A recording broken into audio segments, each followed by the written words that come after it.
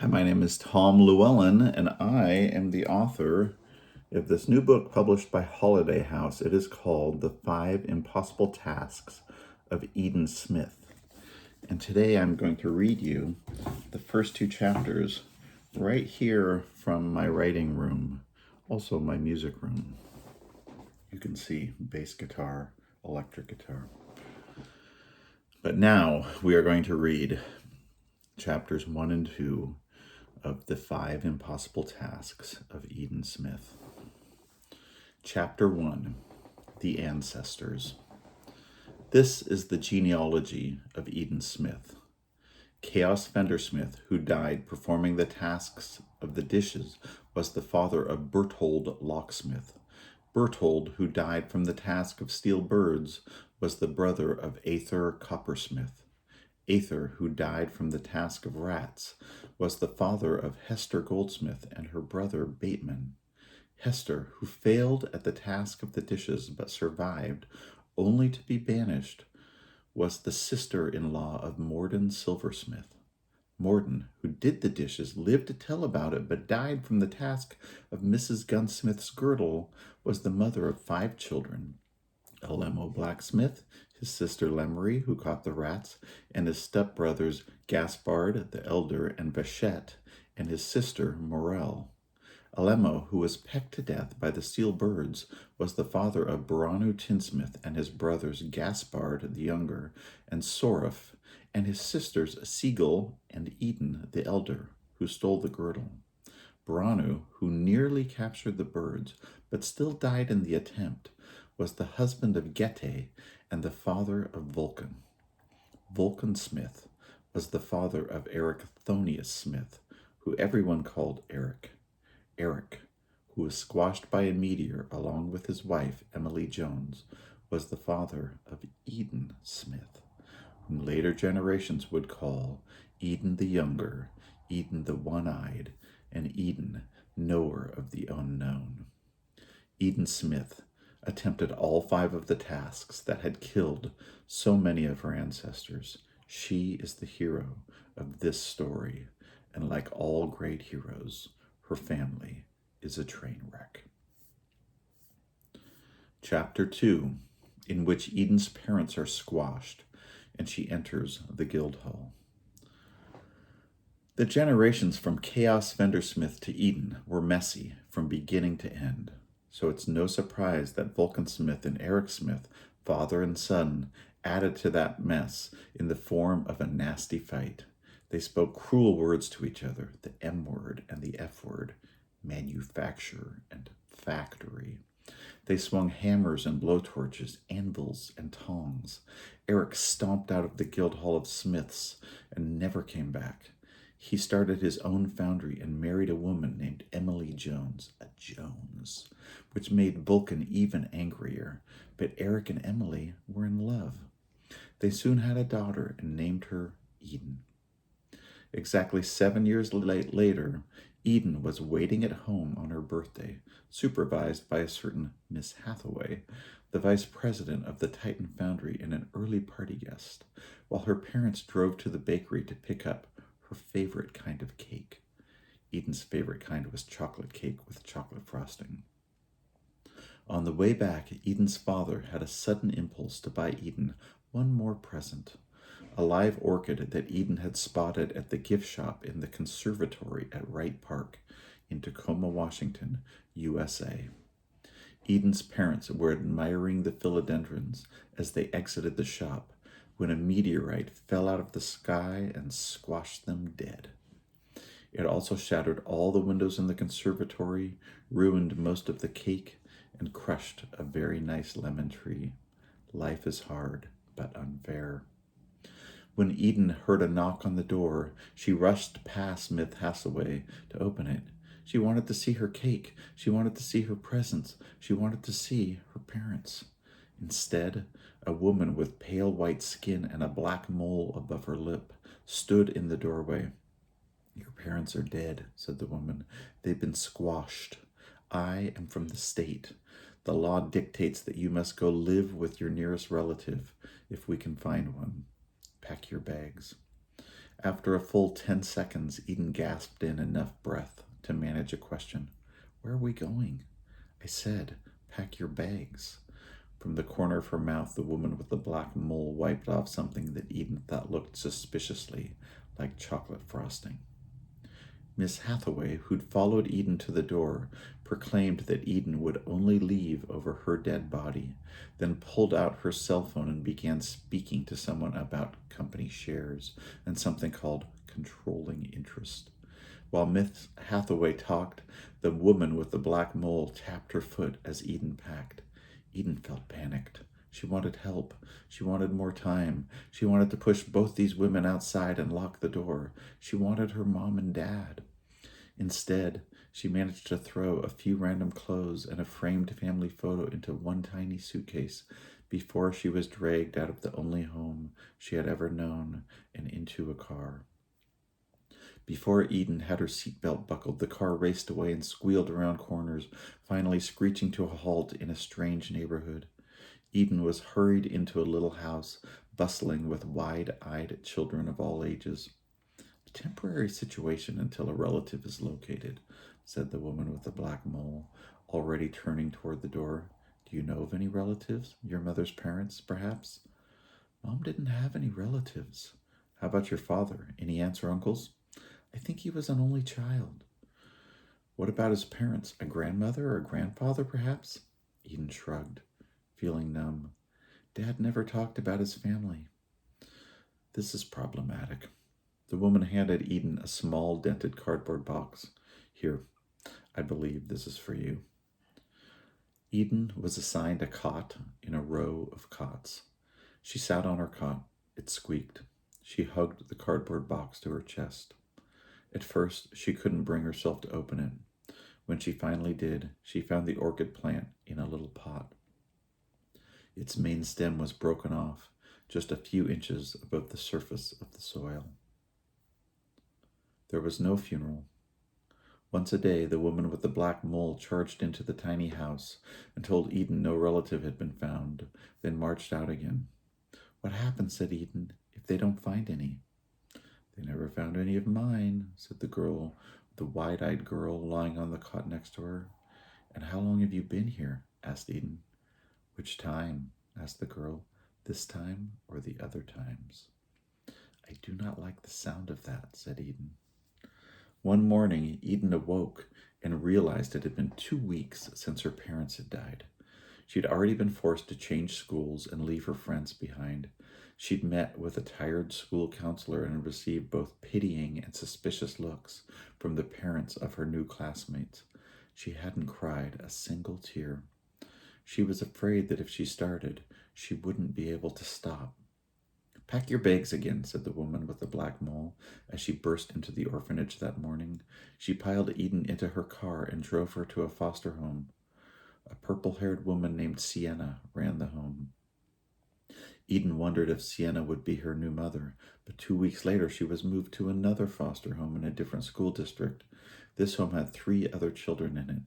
Eden was just starting to remember their names when she was moved again, back to the squeaky cot at the orphanage for a week, and then on to another foster home and another new school. At her 4th home in 6 months, Miss Hathaway visited Eden on a Thursday afternoon. You'll be relieved to know that Titan Foundry is operating just fine, said Miss Hathaway with a thin smile. It's as if your father had never left. How long do I have to stay here? Said Eden. What happens to the foundry now? Could I live there? Miss Hathaway, whose hair reminded Eden of a soldier's helmet and who always dressed in white, pursed her lips as if she'd just bitten into an unripe banana. Your father had no will. I was surprised too, but he was a young man. He probably believed he had years to live before he needed to worry about such things. He probably assumed that if he died, his wife would still be around. But, as you know, she is not. Miss Hathaway patted Eden's hand. Therefore, company bylaws state that his shares of the foundry be distributed to the rest of the stockholders, all neat and tidy. So there's not a thing for you to worry about. Just stay focused on doing well in school and making lots of friends. Oh, and I do need your signature right here. Miss Hathaway pointed toward a line on the bottom of a piece of paper filled with words. What is it? Just legal mumbo jumbo. Read it if you like. I'm 7.5, said Eden. I'm pretty sure this is above my reading level. Sign, please. Eden shrugged and scrawled her name. Miss Hathaway tugged the paper into her purse and walked toward the door, then turned back toward Eden. I believe this concludes our business. Miss Hathaway and her white shoes scuttled away and never came back. School and friends, thought Eden. How can I focus on school and friends when I change schools and neighborhoods every 6 weeks? Some of the foster homes were nice. One had a hot tub that didn't get very hot. Using a butter knife for a screwdriver, Eden removed the front panel of the hot tub, reconnected a loose wire on the heating element, and put it all back together. It worked perfectly then. The old woman who ran that home smiled at Eden. Thank you, Edie. It's Eden. Well, whatever your name is, you've certainly got a knack for tinkering. Does that mean I get to stay here now? Asked Eden. The old woman smiled but didn't answer. 7 days later, the woman with the black mole showed up again. Pack your bags, said the woman. Eden frowned. I only have one bag, you know, so you should say bag. Pack your bag. The woman frowned. Don't be smart. Some homes were horrible. One particularly smelly home had nothing to eat but dry toast. The woman who ran it allowed chickens inside the house, but never offered Eden an egg. After many months, it stopped mattering to Eden if a new home was good or bad. She knew she'd move soon, so she never got too attached to the nice homes or too upset about the bad ones. She never cried, and she learned that she needed to look after herself because no one else seemed much interested in taking care of her. She liked things clean, so she learned how to wash her own clothes. She hated being hungry, so she learned how to prepare simple meals like peanut butter sandwiches and macaroni and cheese. If there were leftovers at dinner, she learned how to sneak the food into her napkin and tuck it into her pocket for later, so she wouldn't get so hungry. She wondered what it would be like to have a real, permanent family again. She wondered what it would be like to have a friend for more than a few weeks. Each time she moved to a new house, Eden would unpack her suitcase of clothes and set the photo of her parents next to her bed. She'd kiss the tip of her finger and press it on the glass that covered the photo. Next to the photo, she'd put the little pot with the broken orchid plant. The orchid never grew. One time when she was back at the orphanage in the little house, she ran into the wide-eyed girl she'd met there before. The girl asked Eden why she carried around the pot. It's an orchid, said Eden. Orchids are the most beautiful flowers in the world. My parents got it for me just before they died. It's not beautiful, said the girl. It's just dirt. Eden grimaced. Do you ever say anything even the least bit cheerful? But she had to concede the truth as she stared at the pot of dirt. There was no life in it. Why did she keep it? She stared at her battered suitcase. All it contained were clothes. If that woman with the black mole had told her that she would never be going home again, she would have packed more than just clothes. She would have taken more things to help her remember her parents, like one of her father's favorite tools or one of her mother's favorite books. Now all she had to remember of her parents was an old photo and a pot of dirt. She longed for more. Eden sat on her cot. It squeaked. It always squeaked. But this time the squeak made her so angry that she tore the blankets and the mattress off the cot. She looked at the springs underneath, pushing on each one until she found the spring that was making the noise. She noticed that its mounting screws were loose. She looked for a screwdriver, but couldn't find one, so she found a butter knife in the kitchen and used it to tighten the screws. She borrowed a bottle of vegetable oil and rubbed a bit of the oil on the spring. She pushed the spring again. It was quiet. Eden put the cot back together and stood on it with her arms crossed, still feeling angry, but a bit more satisfied. The wide-eyed girl stared at her without speaking. As the years went by, dozens more foster homes and new schools went by along with them. Eden watched her classmates join soccer teams and text each other on cell phones and go to sleepovers. She wondered what it would be like to own a cell phone or to sleep at a friend's house. One time she found a broken phone on the sidewalk. Using a borrowed butter knife again, she pried off the back and tinkered with the tiny circuits until the phone glowed back to life. It only made her realize that she had no one to call. She brought the phone to school the next day to show her classmates, but by then the battery had died and Eden had no way to charge it. 6 months after her 13th birthday on September 21st, the first day of autumn, Eden was temporarily moved back to the orphanage. At 11 o'clock the same day, the woman with the black mole rushed in. "I have news," said the woman. "I finally have news." "Good news or bad news?" said Eden, her mouth set in a straight line. "Maybe, just maybe, I can finally close this never-ending case. I found your grandfather, your father's father." Eden's mouth fell open. A grandfather meant family. Family could mean a home. A home could mean belonging somewhere. She felt her heartbeat accelerate. "A grandfather," said Eden. "I thought all my parents were dead. My grandparents. How come I've never even met him?" "He wasn't easy to locate," said the woman with the black mole. "He wasn't in any of the usual government records. His address was unlisted. He is, I admit, a bit of a mystery, but I found him. I looked and I looked and I finally found him. An actual, honest-to-goodness relative of yours." "Can I see him?" As Eden said the words, her stomach churned. Her longing for family, she'd pushed it so far down. But here was a chance.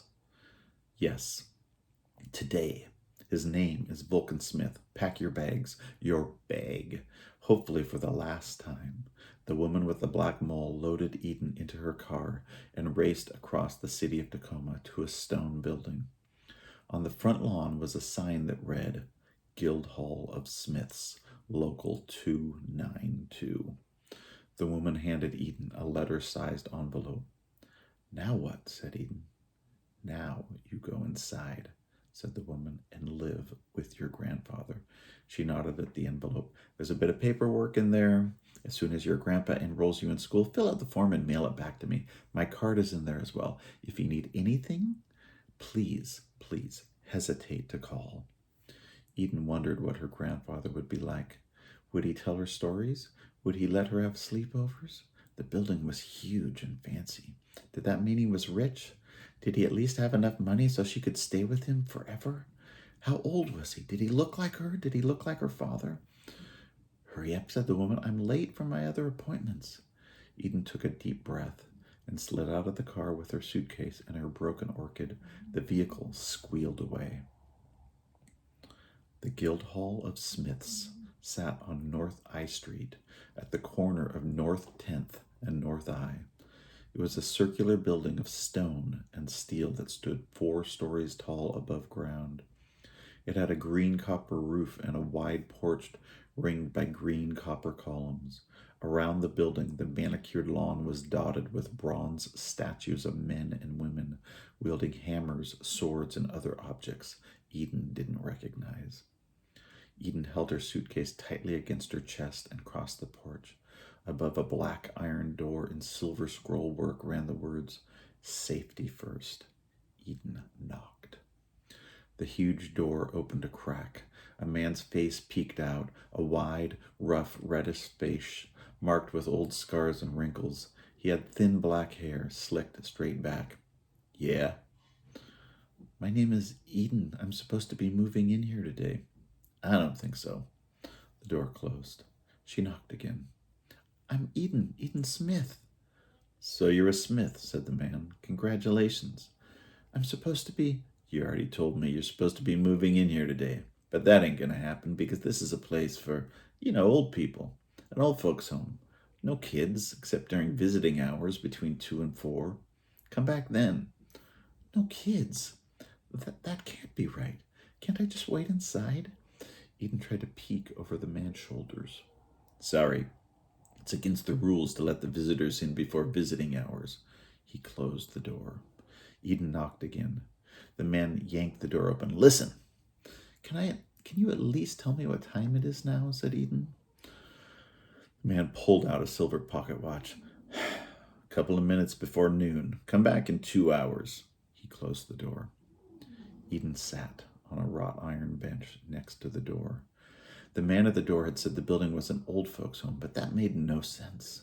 Today she was going to meet her grandfather for the first time. He was going to fix everything, and she was going to stay with him. She set down her orchid, opened her suitcase, and took out the photo of her mother and father. She spoke to the photograph. I'm mad at you, too. Why didn't you ever introduce me to this grandfather before? Is something wrong with him? Is there some horrible reason you never brought me to visit? Their faces smiled out at her in silence.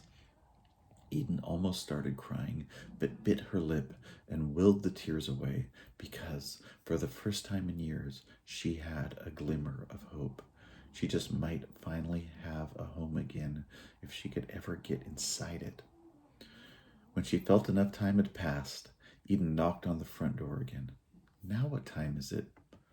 1:05, said the man. You still got almost an hour. Who are you here to see anyway? My grandpa. I'm moving in with him.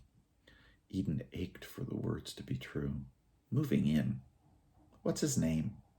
Eden pulled out the envelope the woman with the black mole had given her and began to open it. You don't know your grandfather's name? Said the man. I've never met him. Well, what's your dad's name? Eric Smith. He owned the Titan Foundry. The man stared, unblinking. Say that again? What part? Who your dad is? Eric Thonius Smith. The man stared again. And remind me of your name? Edie? Eden, like the Garden of Eden. The man stepped outside and eased the front door closed behind him. He wore a brown suit, a yellow tie, and too much cologne. He said, If your man is Eric Thonius, then your grandfather is Vulcan. Eden nodded. That's the name, Vulcan Smith. How did you happen to show up today of all days? A lady from the state dropped me off. She told me I was living here. With Vulcan? Where's your mom and dad? Dead? Dead? Eric is dead? The big man pulled a huge yellow handkerchief from his pocket and mopped his face. You don't look so good, said Eden. I don't feel so good either. Give me a second. I'm Eugene, by the way. Eugene Mender. He checked his silver pocket watch again. We'll have to hurry. Come on. He pulled Eden inside the entryway of the Guild Hall of Smiths. And that is the end of chapter 2. And Eden's adventures are about to begin that very same day. But to find out what happens, you will have to buy your own copy or get it at a library. The 5 Impossible Tasks of Eden Smith by me, Tom Llewellyn. Thanks for listening.